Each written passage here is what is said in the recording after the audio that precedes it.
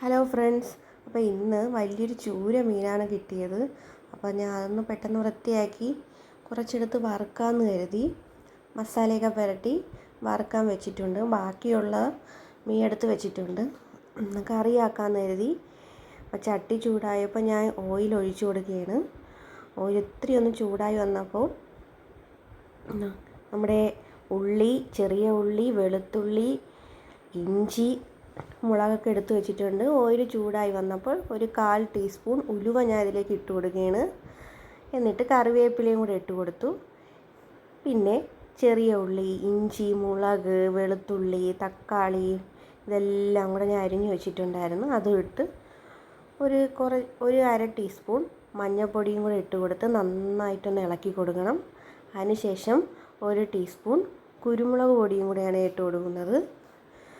അതും കൂടെ ഇട്ട് കൊടുക്കണം. അതിന് ശേഷം ഒരു 2-3 ടീസ്പൂൺ മുളക് പൊടി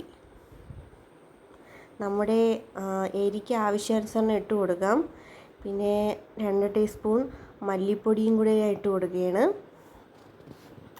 എന്നിട്ട് ഈ പൊടികളെല്ലാം നന്നായിട്ടൊന്ന് ഇളക്കി കൊടുക്കണം. അതിൻ്റെ പച്ചമണം മാറി വരുന്നത് വരെ ഇളക്കി കൊടുക്കണം. എന്നിട്ട് നമ്മുടെ കഴുകി വൃത്തിയാക്കി വെച്ചിരിക്കുന്ന ചൂര കഷ്ണങ്ങൾ ഇതിലേക്കൊന്ന് ഇട്ട് കൊടുക്കണം.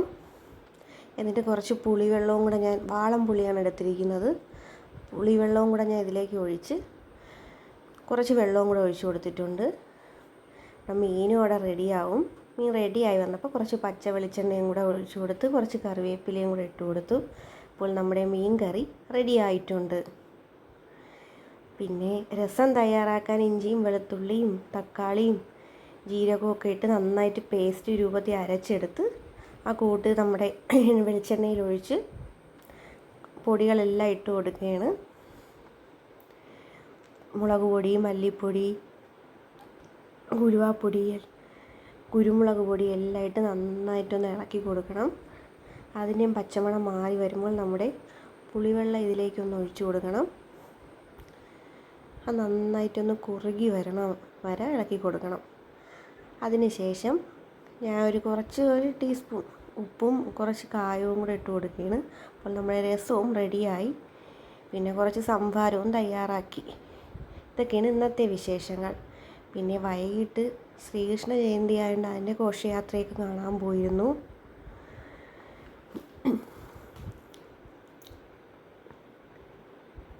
കുറച്ച് നേരെ കണ്ടോളൂ, പെട്ടെന്ന് വന്നു. പിന്നെ 7-ാം മാസം പ്രഗ്നൻസി ആയതുകൊണ്ട് കുറച്ച് ഫ്രൂട്ട്സൊക്കെ മേടിച്ചായിരുന്നു. നല്ല ക്ഷീണം ഉണ്ടായിരുന്നു. അപ്പോൾ അതൊക്കെ കഴിച്ചു. ഇതൊക്കെയാണ് ഇന്നത്തെ കുഞ്ഞു വിശേഷങ്ങൾ.